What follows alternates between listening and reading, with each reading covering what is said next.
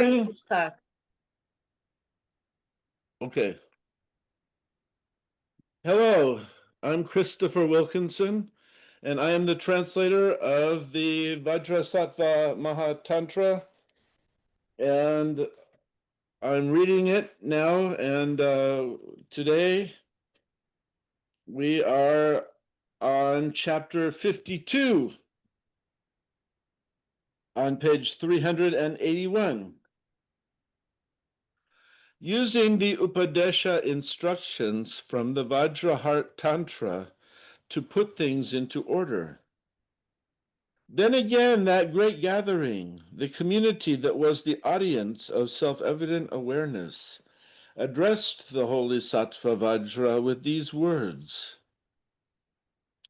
The majestic contemplation on the bodies, speech, and minds of all the victorious ones of the three times, the Tantra that is equal to the end of the sky, was spoken from out of the heart of our roots, by which great methods were used to elucidate the Upadesha instructions on the hidden treasure of the 9 darknesses.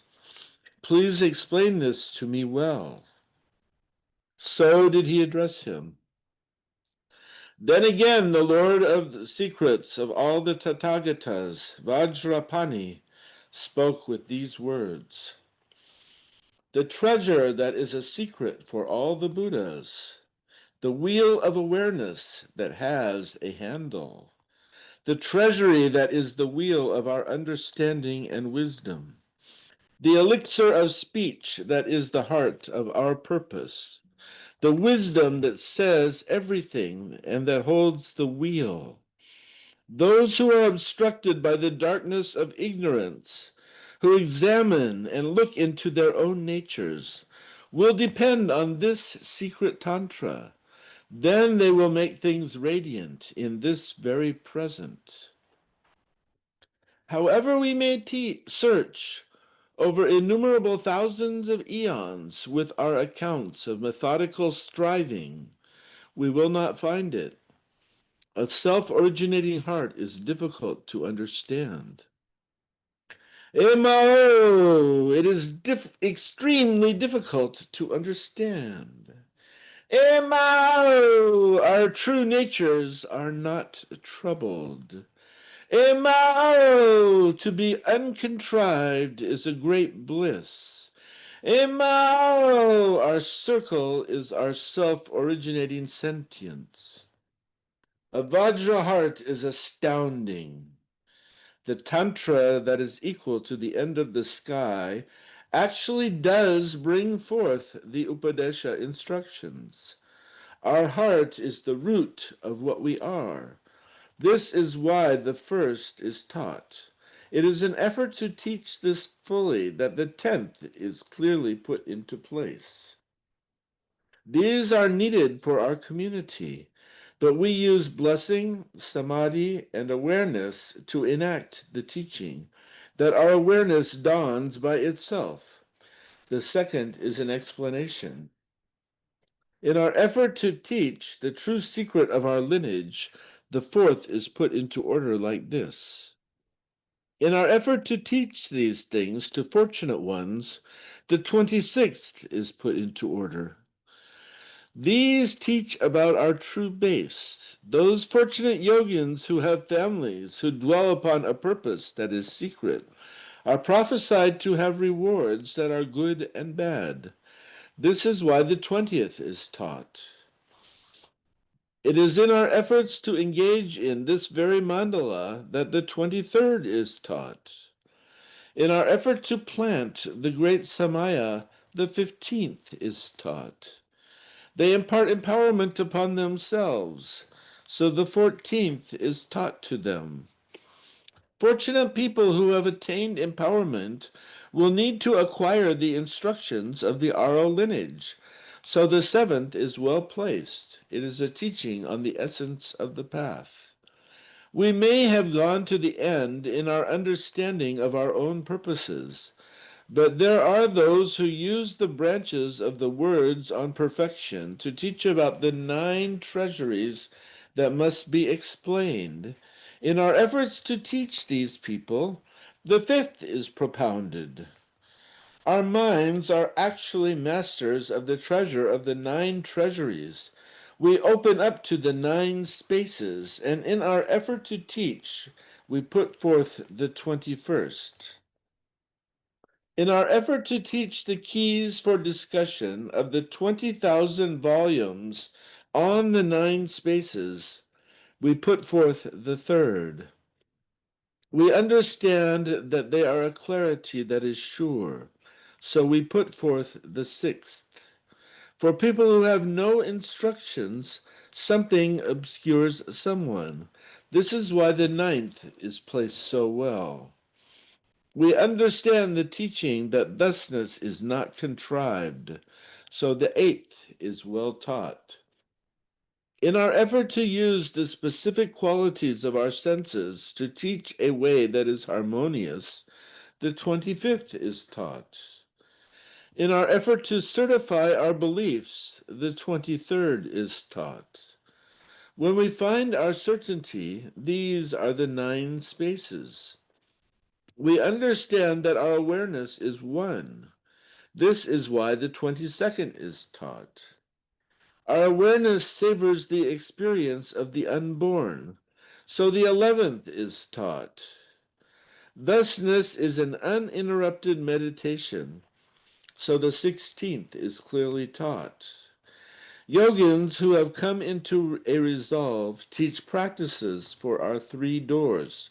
This is why the 12th is taught. When we are immersed in the connections of our views, practices, and samadhis, effortless good works are spontaneously realized. So the 17th is taught. In the yoga of our immersion into this kind of understanding, there are no stages that are levels and paths. So the 18th is taught. This is an explanation of their branches. So it is that when we go to the end of the levels and paths, the 5 perfect wisdoms are spontaneously perfected. So the 19th is taught. This is actually a discussion of a spontaneously realized reward. In this way, we must understand that the true meaning of the signs is actually the great perfection. This is why the 24th is clearly taught. We must teach so that these things do not fail. This is why the 27th is taught. Those who do not possess the magical words of the oral lineage on the ambrosia of self-originating perfection will use the conceptions of their own reverted fantasies to engage in some perfection of their mental practices until the ambrosia will turn into a poison for the gurus along with their students. Just so, those with pride for their reverted views and practices will fall onto the Vajra needle. Then they will be lost to the family of the bodhicitta. That is what he said. From the great Tantra that is equal to the end of the sky, this is chapter 52, using the Upadesha instructions from the Vajraheart Tantra to put things into order.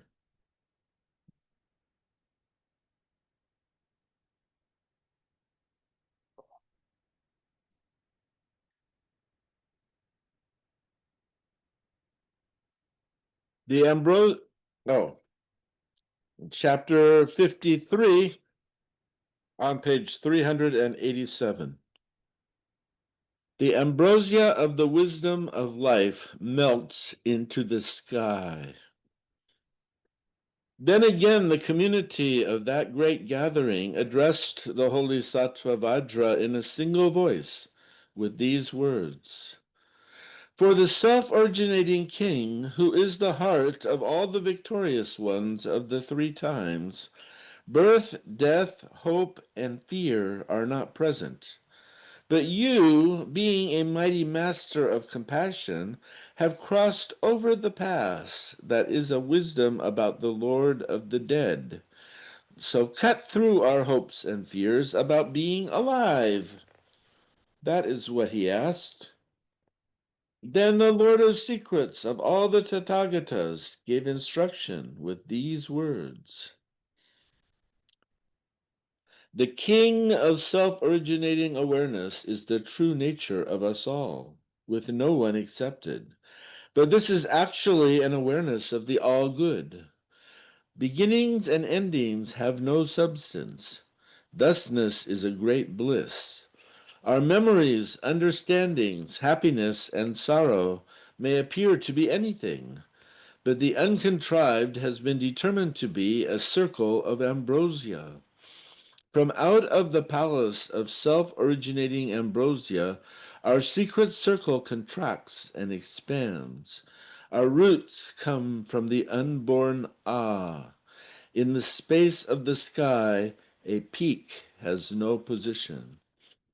Our essence is an unmoving circle. When we investigate it, we melt into an experience of emptiness. Our living, our moving, and our melting shine as a self-originating great bliss. With no exceptions, we use a circle of ambrosia to cut through our hopes and fears about death. Ambrosia is actually a moving awareness. There is a wisdom that is based on it. Through our investigations of the awareness that is between the outside and the inside, our positions and preferences, our color and shape, the mandala of the sky actually appears to us. Our first mandala has no position, so we use a secret sense to look at it. Just so, at first, something must meet up with our eyes. Then we can investigate what it means to see it. Once our awareness attains a purpose that is resolved, everything with no exceptions will also be that way. A man may plant a sword into the true nature of the sky, which has no position, or he may pierce the true nature of his faith. This is how fools become ensnared by their ideas. In the yoga in which we see thusness, we cut through our hopes and fears about transiting. For those who turn out to be supportive of these things, awareness and movement are not two things. Mirages may be confused with the wind. Just so, we actually do meditate with the power of our awareness.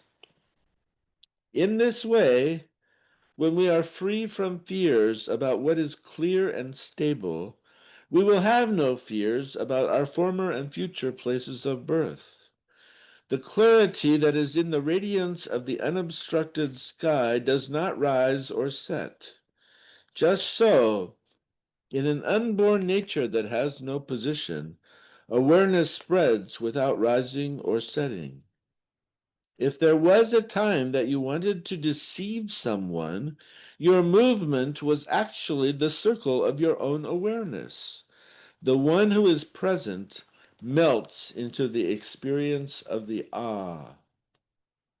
Our wind minds use the taste of the experience of the sky to come together, and then melt into the space of the sky. First, there is the circle of motion. Second, there is the circle of awareness. Third, there is the circle of non-duality. For so long as we have not yet transferred, we must be sure. There are yogins who are mean, and in their efforts to turn back the mighty Lord of the dead, they use the yoga of the three dhyana meditations to totally cut through their hopes and fears concerning death. As for the essence that brings our circle together, the practices that we do, however many they may be, bring our true selves together in a universal way. Those who dwell in thusness, the four elements, and the wind, these are the times that are three. If we do not actually give birth to a knowledge that is sure, and if a guru does not bless us, we will be confused about the pathway where we touch and meet. and we will not understand the purpose for the ambrosia of immortality. Yogins who are endowed with the conditions use an awareness of the three times to see what is sure. They work to clear away impediments, with none excluded. When an accompaniment of pleasant music used With an accompaniment of pleasant music, we use the three kinds of sound that are endowed with meanings to join together in the experience of the measure of our session. Then we use the sounds of the three kinds of relaxed memories to teach. In the end, we use even full days to savor the experience of cutting through our hopes and fears. In the interim, there are no dharmas for the world, so we are free from the sorrow of taking birth. We totally cut through our hopes and fears about samsara. Once our sorrows are exhausted, we spin through a space of bliss. That is what he said. From the great Tantra that is equal to the end of the sky, this is chapter 53. The ambrosia of the wisdom of life melts into the sky.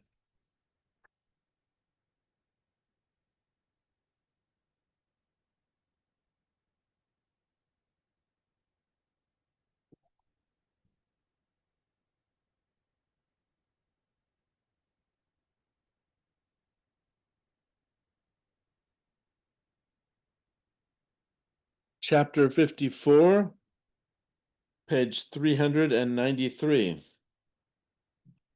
The three words of the Aral lineage. Then again, the community that was a great gathering addressed the holy Sattva Vajra with these words: Master of the wheel of speech, that is the awareness of all the victorious ones of the three times. You hold the secrets of the three lineages. O protector, my question to you is, with no exceptions, we are present in our minds by ourselves, but we are troubled due to the power of our reverted conditions. We do not see any meaning in uncontrived perfection. You must take action to bless us all, with no one excluded, so that our true sentience may be unborn. So did he address him. Then the Lord of Secrets, Vajrapani, gave instruction with these words: Self-originating wisdom is a master of all things. It is the heart of all the Buddhas. With no exceptions, this is present in all living things, with their three kinds of abiding. But we are like the wandering children of kings. We do not understand our own characteristics. With no exceptions, the true nature of our minds is free from motion. It is truly to be perceived directly. It is a radiance that has no outflows. With nothing remaining, it is one within our hearts. There are some who use the reverted power of wrath to make entities appear roughly from out of nowhere. There are some who use the reverted power of seeing to obstruct the light that comes from our self-originating hearts. No matter how yogins who have no methods may look at things, they do not see their purpose. We use symbols that are magical words to put things into order. Through our understanding of meanings that are secret, we see. By settling into an uncontrived freedom, we meditate. With a way on which we have no hopes or fears, we practice. Emptiness is the Vajra of the sky. When we use our awareness to look without contriving anything, everything without exception is actually the magnificent sky. We see that thusness appears to be substantial. When we look at things with a one-pointed recollection that the true nature of appearances is not contrived, anything we look at has a true nature of emptiness. We see things just as they are. In all of the apparent worlds, however many there may be, with no exceptions, our own minds have the true nature of being circles. So yogins who want to understand this, but who do not understand that entities are self-evident, will use a variety of contrived methods for their grammar, logic, and validations. But because they are hunting, they will not find any substantial meaning. They may use their conceptions about positions that cling to entities to seek and work toward the true nature of the sky, which has no position and has no end or middle. But the apparent world would seem to be seeking for the end of the sky. There are some who want to understand the uncontrived. They use a single yoga to be aware of everything that appears, however many there may be, with no exceptions. We divide up the mixture, then teach it to be essential. Due to the situations that will appear, there is no doubt that appearances are sentient. Ordinary appearance bears teaching and touching. It is the experience that comes from practice, from hope and fear, and from subduing our consciousness. There are some Vajra gurus who actually teach without words. They use the Upadesha instructions on the 3 words of the oral lineage. They use the movement of the circle of life to teach about something that does not move. They use entities that are named in the apparent world to actually teach about an awareness that has no name. So it is that even our experience of awareness is a knowledge that uses the 3 times. We use the ambrosia that is the transmission of the oral lineage for an actual understanding that everything is in our minds. Thusness does not have any substance. This is clear at the time that we cut off our movements. When we listen with our ears, we attain awareness. This and this are actually associated with that. We see that the unborn is a river that is empty. The 3 times are totally perfected in the one. This is an essence that has no before or after. Our awareness is clear due to our directly perceived experience. Thusness continues to be the essence of the 3 times. In the yoga that cuts through hopes and fears, a mind that does not meditate has no distractions. In the yoga in which we understand the hybrid beings, we determine that the 3 times are one. We use our first throw to unite the borders of our incarnation. We meditate without distraction that we are like rivers. Once the unstable people who are fading away see this, they will savor an experience of awareness. And like a waterfall on a fierce mountain slope, they will use the Upadesha instructions for abiding one-pointedly to bring their experiences, however many there may be, together into an essence. As for the masters whose evil families are reverted, they do not understand the lineage of the word of the victorious ones. They do not have the ambrosia of the oral lineage. They do not get the meaning of the empowerment of the universal vase. So they use their conceptions that are proud and haughty, so that anything they may practice as the meaning of the great perfection will be like the congenitally blind guiding us over many pathways.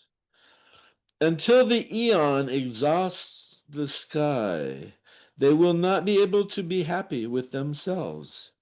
How would it be that they might liberate anyone else? This being so, gurus who are reverted teach reverted pathways when we meet them.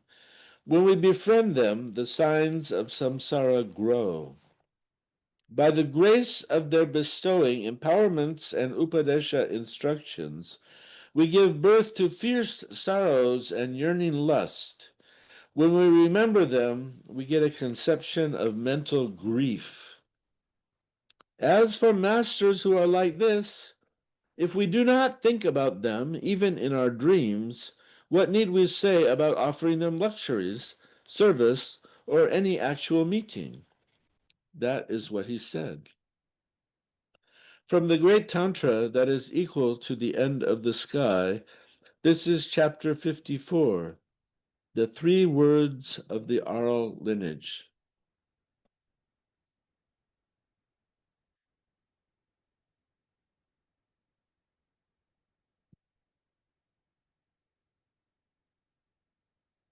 Chapter 55. We're on page 399. Then again, that community that was a great gathering addressed the holy Sattva Vajra with these words. The experience of the heart of the Vajra awareness of all the victorious ones of the 3 times is actually beyond our projections and our serious strife. The magnificent heart of all the Buddhas brings everyone together, no one excluded. It is the treasure of our awareness. O protector, my question to you is, what is the purpose of a Vajra? What is the meaning of that which is called a heart? What is the way in which these are put into order? When we so put them, what is the meaning of our way of life? For the sake of those fortunate ones who have not yet come, speak well to us on this. So did he address him. Then the Lord of Secrets, Vajrapani, gave instruction with these words. The awareness that is the contemplation of all the Buddhas of the 3 times has no birth. From the primordial, our hearts have arisen by themselves. They are described as indestructible Vajras. As for this self-originating wisdom that is uncontrived, it comes from the 3 Vajras that are exemplified. As for the uncontrived Vajra of reality, once it is realized, there is no time in which it will be destroyed. As for the Vajra that maintains the family of the unborn, a guru uses a Vajra to stamp a seal. He uses a Vajra to establish that the apparent world is a Vajra of awareness. As for the Vajra of self-originating awareness, it has no causes or conditions. It is unborn. It has no adversaries, so it is never destroyed. The awareness that is beyond thought does not contemplate anything. As for the Vajra of non-dual wisdom, when we understand what it means that emptiness is the sky, the apparent world is actually a Vajra of great bliss. There are no differences in the one taste that is not contrived. A Vajra has a heart that emerges by itself. It brings everything together with no exceptions. It is non-dual. A light from the space of great bliss spreads out. It is pervasively present and has no position or preference. As for the heart of our self-originating perfection, it is a heart that brings everyone together, no one excluded. The space of the sky is a circle that has no position. Having no position, it is present in our great bliss. Something is called a Vajra because it is indivisible. It conquers. It has no rival. It is indestructible. It is actually a magnificent eternity. It is the heart that brings together and originates each and every dharma with no exceptions. It is the heart that brings forth without exception a purpose for the thusness of everything that is real. As for the essence that brings us all together, it is the heart of our unborn awareness. It is beyond being any object that might elucidate our hopes and fears. Buddhas and sentient beings live as equals. As for the wisdom in uncontrived awareness, it is a heart that is beyond praise and blame. We all have hearts that bring everything together. We have no part in differences or otherness. With no exceptions, we are actually hearts that have arisen by ourselves. This is not a concern for the mean. It is actually a teaching that cuts through our hopes and fears about all of the Buddhas of the three times. We use our contemplations to teach that we have no position or preference. In only an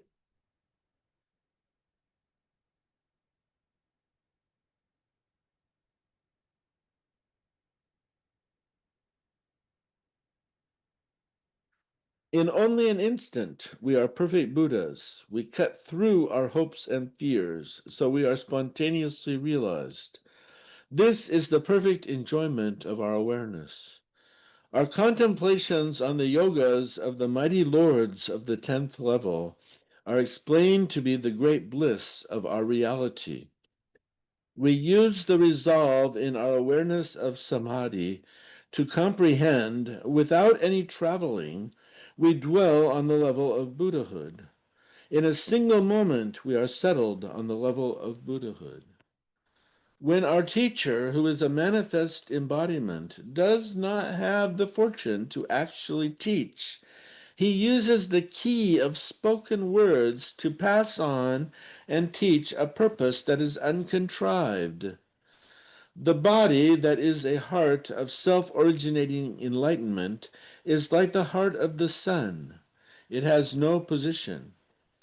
Once it is clear, it is a path that has no obstacles. We are actually teaching the three bodies. Just so, yogins of the future who are fortunate must use the three kinds of lineage to understand. The fortunate will employ the special qualities of their senses to contemplate, and so there will appear both blessings and ignorance in the mind that is truly level. With the magical words of the secret oral lineage, our natural state is joined with a purpose that is not contrived. I have put my uncontrived contemplations into order for those with families that are unmistaken and holy. Once we have used methods of secret significance to surely understand, we will use the measure of our immersion into the experience of our awareness, so that all of our memories blaze in our experience of awareness. A mind that is uncontrived does not give or take anything. It is like traveling to an island of jewels or living within the heart of the ocean. Our many kinds of cravings turn back on themselves, then turn our experience of awareness shine.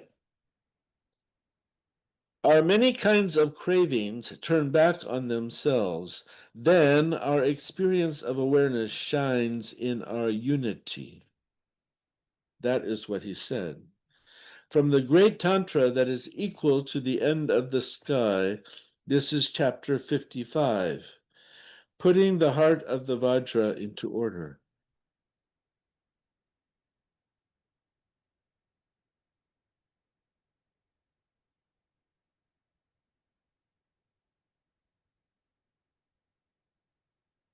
In chapter 56, on page 405.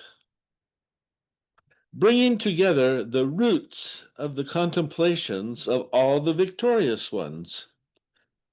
Then again, the community that had gathered addressed the holy Sattva Vajra with these words: "You are the true nature of the wisdom of all the victorious ones of the three times. You arise within the acts of all the Buddhas. The so-called root that brings together all of the tantras is the thing that was spoken of by the victorious ones. O protector, speak to us." So did he address him. Then the holy Sattva Vajra gave instruction with these words: Emo! The method used by all the Buddhas to exemplify the self-originating circle is the heart of the holiness of all the lineages of the Word, with no exceptions, and is filthless. Emo! The meaning of supreme wisdom. Emo! It's extremely difficult to understand. Emo, the path of all the victorious ones. Emo is nirvana at its best. This is the heart of the wisdom of all the Buddhas. It is filthless. It is like the Vajra that is at the center of the sky. It is truly the contemplation of the holy ones. Vajrasattva is the magnificent sky. He does not change through the three times. His dominion is his own. He arises by himself and is not an object for our positions and preferences. He is not born. He does not cease. He does not contemplate anything at all. Each and every field of practice, be it external or internal, is brought together in the experience of our own circle.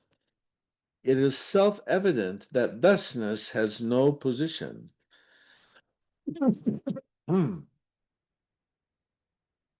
Buddhas and sentient beings have no hope or fear. The many things are gathered into our bodies, speech, and minds. Our awareness of thusness is unborn. We have acquired a space for a heart that arises by itself. So our ideas that cling to positions are overwhelmed. The true identity of the five heaps, as many as there are, and the true identity of the thusness that we take in and hold on to, the pure and the impure, are mixed into one. We shine within a circle where we have nothing to meditate on. Our true circle has no objective and is not a meditation. Once we understand the meaning of being beyond praise and blame, the path where we cut through our hopes and fears about what exists and what does not exist arises by itself without any position and is engaged in all things. As for misunderstanding that is the root of samsara, the five mandalas of the citta, which is our own mind, are like the virtues of a faultless lotus. We are all on the astounding level of Buddhahood. This is the root of all samsara and nirvana. Our own sentience is a heart that is not contrived. When we investigate it, it goes beyond the sky. It is beyond being an object that we might exemplify or analyze.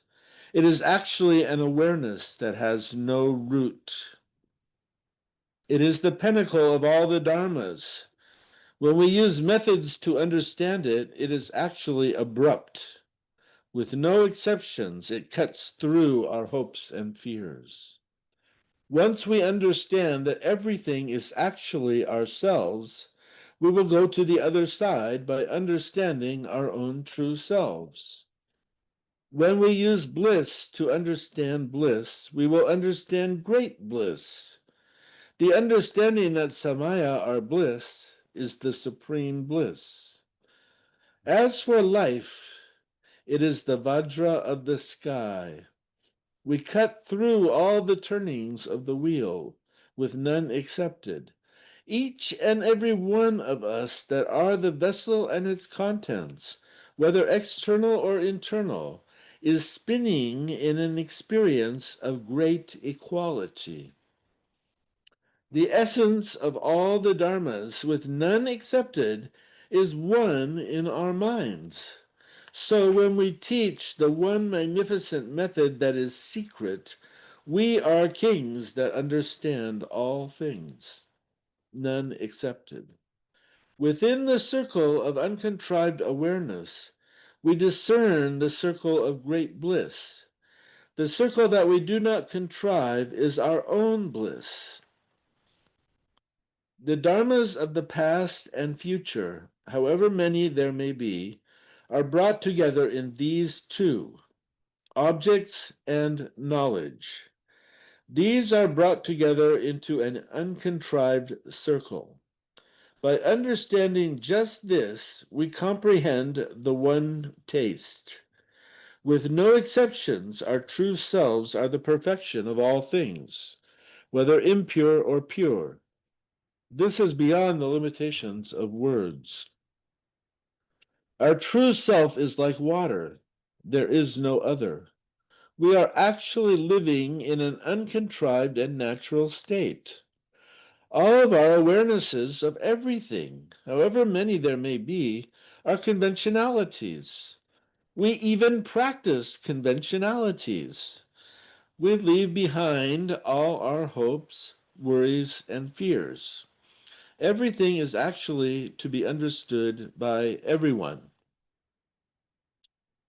As for the true meaning of uncontrived awareness, we use the magical Aro lineage to teach it in stages. Once we liberate them from their cravings for Vajra gold, we finally teach them about an essence that is uncontrived. The three realms are wish-fulfilling jewels. They are empty, but they bring forth every good thing. Once we have been imparted empowerment by the jewel of the sky, we are mighty amongst all the victorious ones. This is a circle that perfects us all. If we do not leave behind the holiness of our hearts, we will not be afraid of being cut off by the masses. Just so, we are not afraid due to any problems in our names. The creator of all things, with no exceptions, is the bodhicitta. We are fearless, like the ocean and the sun. Our true practice is to give up hope and fear. This is the king of the immortal ambrosias. This is the root of the totality of the tantras. For all the victorious ones, this is the heart that subsumes the Vajra. That is what he said. From the great Tantra that is equal to the end of the sky, this is chapter 56, bringing together the roots of the contemplations of all the victorious ones.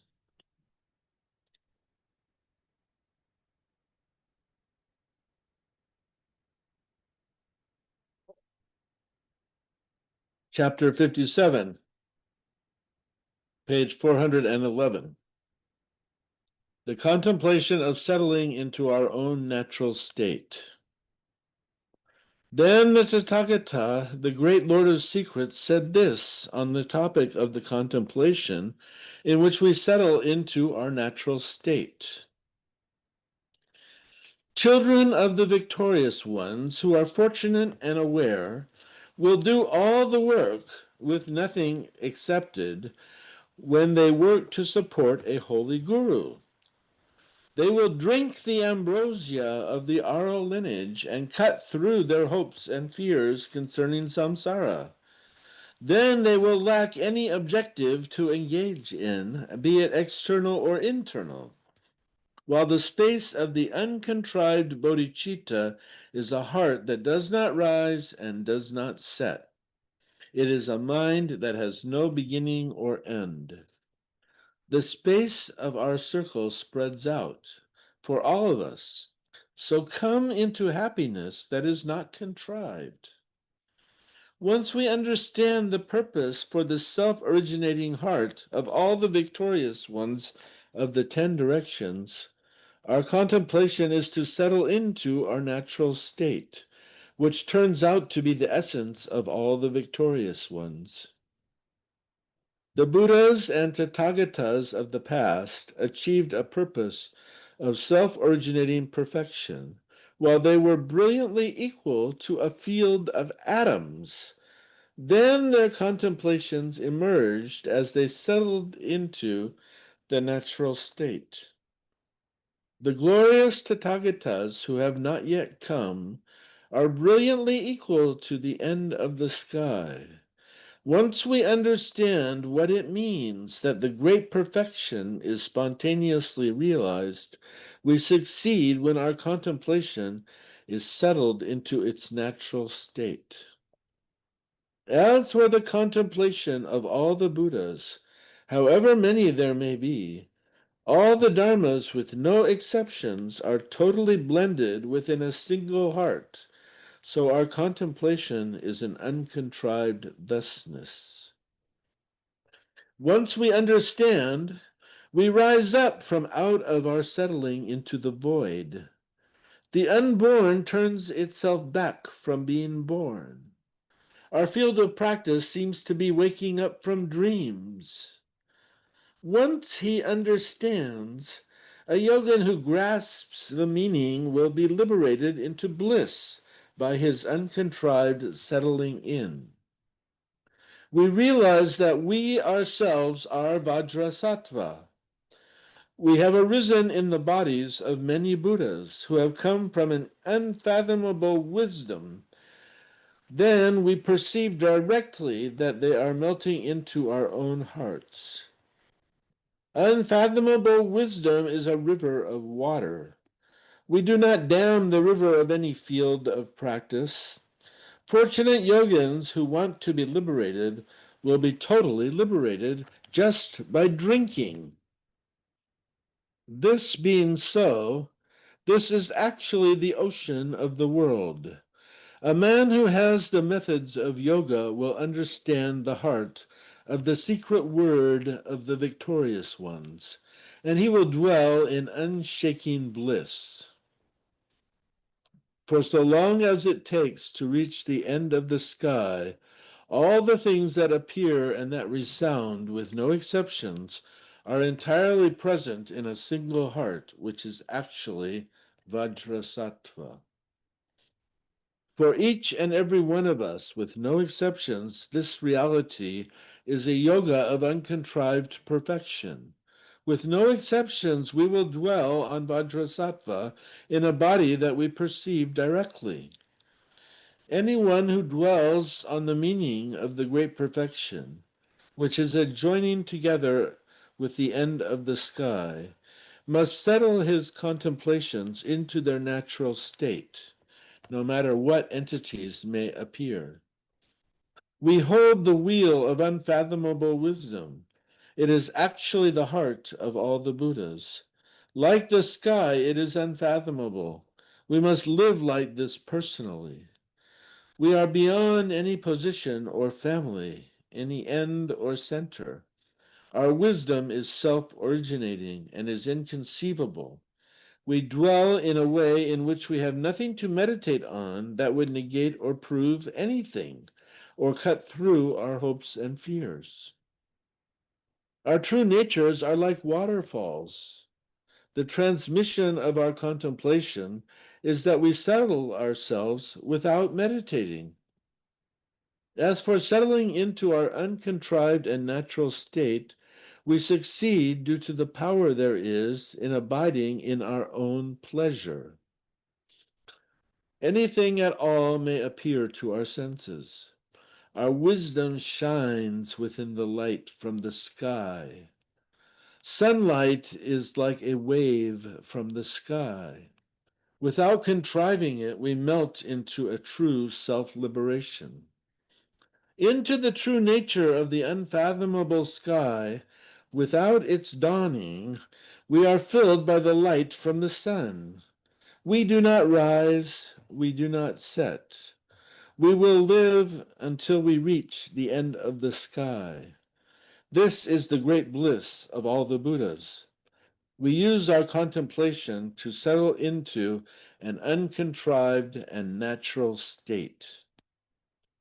Yogins who study this secret treasure, which has descended to them gradually over an eon, or those whose senses are precise, as is appropriate, will distill an elixir from the ocean of the nine spaces and use this secret method of settling their senses on the void, the contemplation of which is the path of liberation, in which we settle into our own natural state.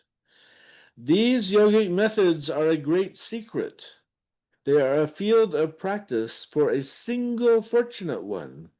They are not a field of practice for the mean. Our contemplation is the wisdom to settle into our own natural state. That is what he said. From the great Tantra that is equal to the end of the sky, this is chapter 57, the contemplation of settling into our own natural state.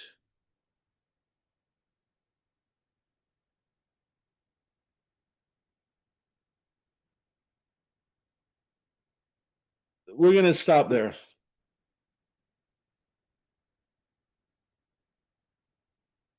I can't hear you.